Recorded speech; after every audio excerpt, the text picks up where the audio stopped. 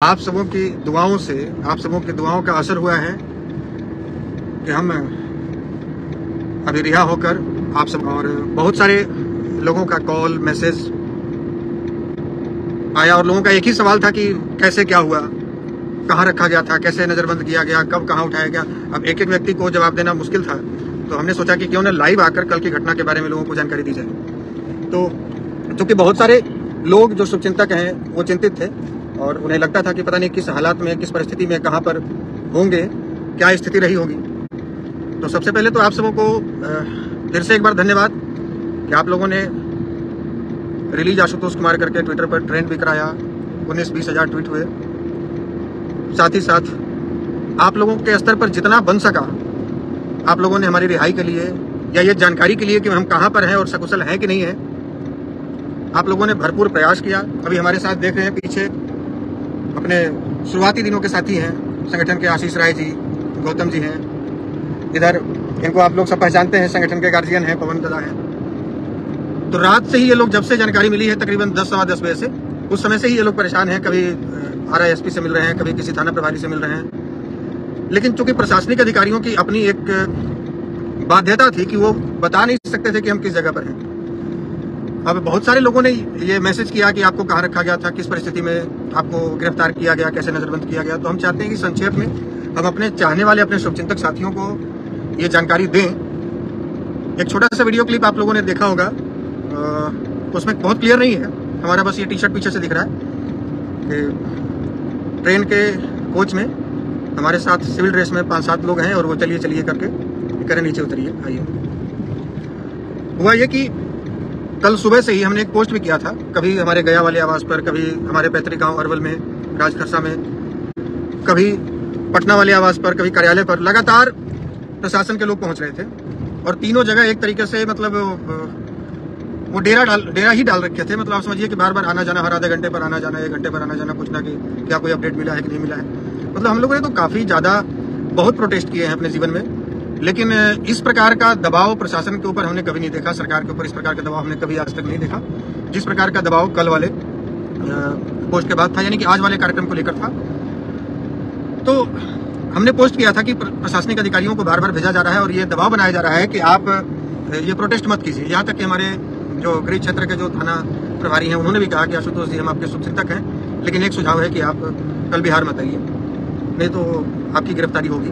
हमने कहा कि देखिए, जब हम घोषणा कर दी है तो फिर पीछे तो हटेंगे नहीं। अब गिरफ्तारी हो, चाहे जेल भेजा जाए, चाहे लाठी चलाया जाए। और गिरफ्तारी का और नजरबंदी का अनुभव कोई पहला तो हमारा है नहीं, इसके पहले भी हमें नजरबंद किया जा चुका है। जब 10 अप्रैल को हम लोगों ने भारत बंद कराया था तो 9 तारीख को गया सदर SDPO साहब ने चाय पीने के बहाने बुलाकर और हमें रात भर के लिए नजरबंद किया था ताकि 10 तारीख के बंदी प्रभावित हो। लेकिन देखिए, ये गलतफहमी सरकार की होती है। सरकार दबाव डालती है अपने प्रशासनिक अधिकारियों पर कि आप आशुतोष कुमार को नजरबंद कर दो, गिरफ्तार कर दो, ताकि कल का प्रोटेस्ट न हो सके। लेकिन उल्टा इसके एवज में होता क्या है कि और भी हमारे साथी आक्रोशित हो जाते हैं और वो जो शांतिपूर्वक जो होना रहता है वो थोड़ा उग्र हो जाता है।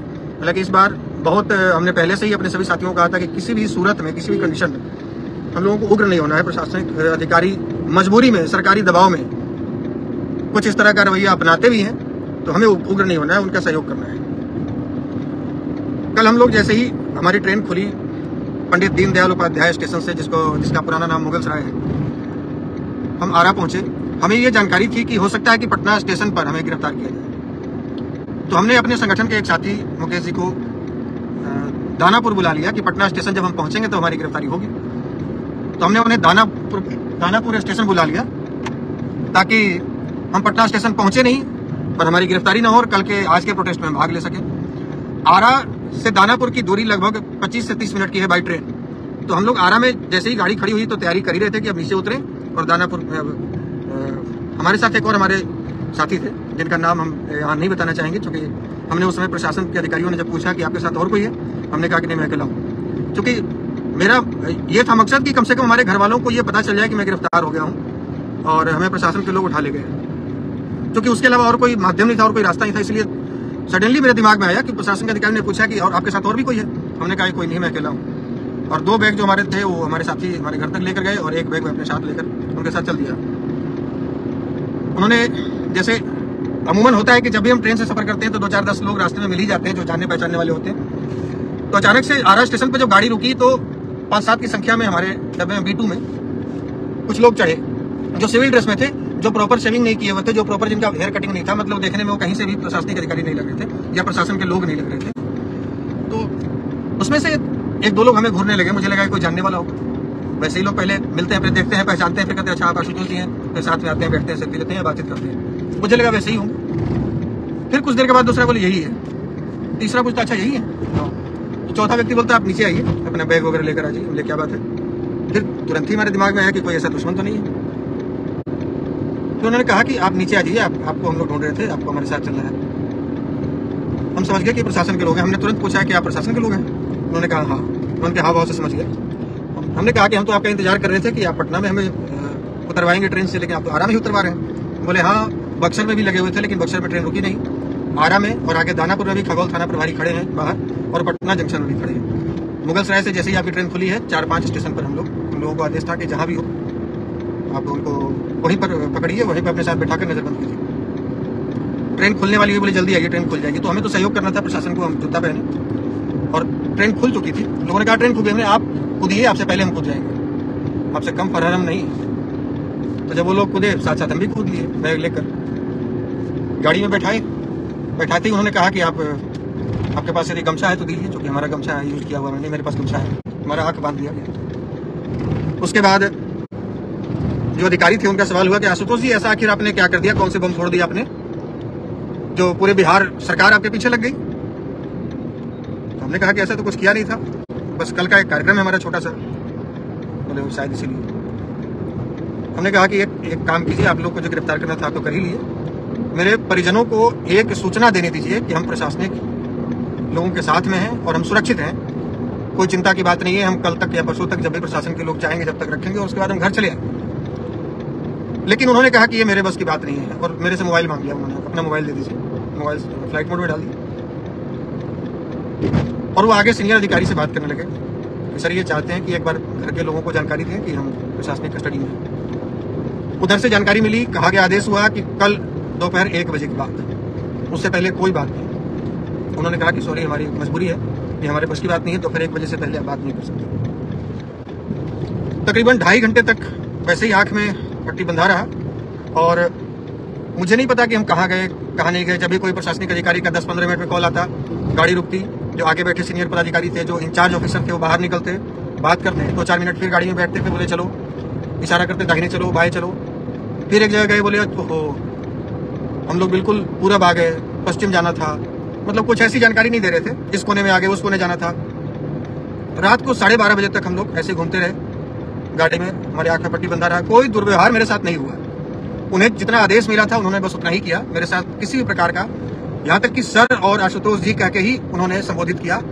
और प्रशासनिक अधिकारियों को इसके लिए बहुत धन्यवाद दूंगा कि उन्होंने अपने स्तर पर किसी भी प्रकार की कोई कमी नहीं की। लेकिन क्या है कि अब आदेश है, आंख बांधना है, बात नहीं करानी है, तो आदेश का पालन उन्हें करना है। उन्होंने वो आदेश का पालन किया। और उसके बाद 12:30 बजे रात में हम लोग पहुंचे, एक जगह पे रोका गया, वैसे ही आंख में पट्टी बंधी रही, 2 तरफ से हमारे हाथ पकड़े प्रशासन के लोग, लाया गया। मुझे कुछ दिख नहीं रहा था, एक चौकी जैसा कुछ जगह था जिसमें बैठाया गया। भुजिया रोटी बना हुआ था। जो इंचार्ज ऑफिसर थे उन्होंने कहा कि देखिए आपको कुछ अलग नहीं खिला रहे, हमारे लिए भी यही बना है और यही आपको भी खिला रहे हैं। हमने कहा कोई बात नहीं। खाते समय तक आंख की पट्टी नहीं खोली गई और उसके बाद जैसे तैसे खाया। फिर हमने कहा कि मैं टॉयलेट जाना चाहता हूँ। उन्होंने कहा कोई बात नहीं, हम आपको एक ऐसे रूम में शिफ्ट कर रहे हैं जहाँ पर आपको अटैच लेटरिन बाथरूम की व्यवस्था होगी, आप वहाँ पर आराम करेंगे। फिर वैसे ही आंख बंधे ही 2 लोग पकड़े और मुझे उस रूम तक लाया गया। रूम में लाने के बाद बाहर से रूम को ताला बंद किया गया और एक सब इंस्पेक्टर रैंक के पदाधिकारी को, जिनके बारे में मुझे सुबह जानकारी मिली कि वो सब इंस्पेक्टर रैंक के हैं, मैं उनको सिपाही समझ रहा था, उनको हमारे साथ कहा गया कि आप इनके साथ ही रहेंगे और इन्हें जो भी आवश्यकता होगी आप इन्हें मुहैया कराएंगे, आप कॉल करेंगे और हम लोग बाहर से इनको मुहैया कराएंगे। किसी प्रकार की कोई कमी नहीं होनी चाहिए, बस बात नहीं करानी है और ये कोई जानकारी नहीं देनी है कि हम कब तक रखेंगे, क्या रखेंगे, कहाँ पर आप हैं, कोई जानकारी नहीं देनी है। रात में हमने 1-2 बार पूछने का प्रयास किया कि भाई साहब ये तो बता दो कि हम कहाँ पर हैं। बोले सर हम अपना नाम तक नहीं बता सकते आपको, ये भी आदेश नहीं है। बाकी आपको जो भी जरूरत है, साबुन चाहिए, तेल चाहिए, शैम्पू चाहिए, खाना चाहिए, दवाई चाहिए, हम सब कुछ मुहैया कराएंगे, लेकिन हम कुछ बता नहीं सकते। और वो सिविल ड्रेस में थे। हम रात को नींद नहीं आ रही थी क्योंकि गर्मी बहुत थी। एक पंखा लगा था, एक और पंखा उन्होंने लगाया अलग से, अपने स्तर पर उन्होंने कोई कमी नहीं छोड़ी, लेकिन फिर भी गर्मी बहुत थी। सारा रूम पैक था, खिड़की तक नहीं खुले थे और वही मेरी दुनिया थी। तो उन्होंने कई बार कहा भी सो जाइए, नींद नहीं आ रही है, तो नींद मेरे बस की बात नहीं थी। तकरीबन 4 साढ़े 4 बजे मुझे नींद आई और अगले दिन 10 बजे दिन तक मैं सोता रहा। मुझे कोई डिस्टर्ब नहीं किया गया, मैं सोता रहा। सुबह उठते ही फ्रेश हुआ, स्नान किया, हमारे लिए साबुन तेल शैम्पू की व्यवस्था की गई, बाहर से मंगवाया गया। और थाना इंचार्ज आए, जिस थाने में मुझे रखा गया था उस थाने के प्रभारी आए और उन्होंने कहा कि आप घर में बात करना चाह रहे थे। मैंने जी हाँ। तो 1 बजे के बाद हम आपको बात कराएंगे, ये हमें आदेश मिला है कि 1 बजे के बाद बात करनी है। ठीक 1:20 पर वो फिर वापस आए। कहा आशुतोष जी अब आप चल सकते हैं, अब आप हमारे रूम में चलिए। हम उनके फ्लैट में गए। बोले परेशानी तो हुई होगी, लेकिन हम लोग की ड्यूटी है, जो आदेश मिला था वही हमने किया। हमने कहा कोई परेशानी नहीं है, आप लोगों की तरफ से कोई परेशानी नहीं है, जो भी परेशानी है सरकार की तरफ से ही। आप लोगों ने अपने स्तर पर तो बेस्ट किया है, बहुत सीमित संसाधन में भी आप लोगों ने जितना कुछ सुविधा देने का प्रयास किया है वो हमारे लिए बहुत है। और हम लोग तो रफ एंड टफ जिंदगी जीने वाले लोग हैं। शहर में कैसी जिंदगी जी है तो बहुत आराम तलब है। उसके बाद मैंने पूछा कि अब तो बताइए कि हम कहाँ हैं। तो उन्होंने कहा कि आप बिल्कुल भोजपुर और रोहतास जिला के बॉर्डर पर हैं, तरारी थाना में। तब मुझे मतलब 1:30 बजे, आज दोपहर 1:30 बजे मुझे ये जानकारी मिली कि मैं कहाँ हूँ। मैं तरारी थाने में था। और उसके बाद उन्होंने कहा कि आप बात कर सकते हैं। अपने मोबाइल से उन्होंने बात की। मेरे दोनों मोबाइल उन्होंने लौटाए, लेकिन कहा कि 4 बजे से पहले अपना मोबाइल आप ऑन नहीं कीजिए, हमें याद है सर। मैं घर पे बात किया और घर में बात करके कहा कि आशीष जी, पवनदा या जो लोग भी यहाँ हैं, इनसे बात करके, क्योंकि लोग चाह रहे थे कि यहाँ के नज़दीकी लोग यहाँ पर आकर रिसीव करें या परिवार के लोग रिसीव करें। तो जो नज़दीकी थे हमने चाहा कि, और जो विश्वसनीय नज़दीकी में, आशीष जी को जानकारी मिली, वो आए, पवनदा आए, उत्तम जी आए और उनके साथ में साथी आए। तकरीबन 4:30 बजे हम लोगों को रिहा किया गया। एसपी साहब का लगातार कॉल आ रहा था, डीएसपी साहब का लगातार कॉल आ रहा था थाना प्रभारी महोदय को। उन्होंने कहा कि इनके घर तक ले जाकर आप छोड़िए, अरवल में जो इनका गांव है, क्योंकि गांव में कोई रहता नहीं है, सारी खेती बाड़ी मनी बटिया लगाकर हम लोग शहर में रहते हैं। उन्होंने कहा गांव में तो कोई रहता नहीं, लेकिन उनकी जिम्मेवारी थी कि सुरक्षा के दृष्टिकोण से कि आपको रिसीव कराना है परिजनों को, और वहाँ से लिखित रूप से लेना है कि हमने अपने परिवार के सदस्य को सही सलामत पाया। तो फिर हमारे गार्जियन आशीष जी के पिताजी, जो कि हमेशा उनका आशीर्वाद मिलता है, भैया चौरस्ता पर ही घर, उन्होंने कहा उसी रास्ते में हमारे गार्जियन हैं, आप उनसे रिसीव कराइए। और वहाँ हम लोग बैठे, अभी चाय नाश्ता हुआ। प्रशासन के 1-4 का गार्ड, एक सब इंस्पेक्टर जो रात में हमारे साथ थे, सुबह वर्दी पहने, तब मुझे पता चला कि सब इंस्पेक्टर हैं। रात में तो उनको मैं सिपाही समझ रहा था। और उनके साथ 4 और सिपाही राइफलधारी लोग आए, यहाँ तक आए, चाय पानी पिए, भैया चौरस्ता रिसीव करा करके। और अब हम लोग रास्ते में हैं। अब हमारे बाकी के जो साथी जो अभी तक गिरफ्तार हुए वो रखे हैं, और वो गांधी मैदान थाना में उनको रखा गया है, अभी तक रिलीज नहीं किया गया है। अब उनकी रिहाई हमारी प्राथमिकता है। अभी घर जाने से पहले ये हमारी प्राथमिकता होगी कि सबसे पहले हम उनके पास पहुंचे, और जब तक उनकी रिहाई नहीं होगी तब तक हम घर भी नहीं जाएंगे। पहले उनको रिहा कराएंगे, उसके बाद घर जाएंगे। आप सबों ने जो भरपूर स्नेह दिया है, प्यार दिया है, और हमारे गैर मौजूदगी में जिन साथियों ने भी आज के इस कार्यक्रम में अपना योगदान दिया है, चाहे वो अपने जिला में दिया हो, चाहे वो प्रखंड मुख्यालय में दिया हो, चाहे पटना में दिया हो, उन तमाम साथियों के प्रति मैं पुनः हृदय से आभार। और फिर एक बार आप सबों को बता दूं कि जब तक भाई मनीष रिहा नहीं होंगे तब तक हम यूं ही सड़कों पर संघर्ष करते रहेंगे। मुझे ये नहीं पता कि हमारे इस संघर्ष से क्या फर्क पड़ रहा है सरकार को कि नहीं पड़ रहा है, लेकिन हम अपना 100% एफर्ट लगाते रहेंगे। हम अपना 100% अपने तरफ से बाज नहीं आएंगे। और यहाँ से लेकर तमिलनाडु तक, तमिलनाडु भी जल्द मिलने जाएंगे, और जितना बन पाएगा हम उनके लिए संघर्ष करते रहेंगे। और आप सबों का साथ यूं ही बना रहे, तो ना कभी झुके हैं और ना कभी झुकेंगे।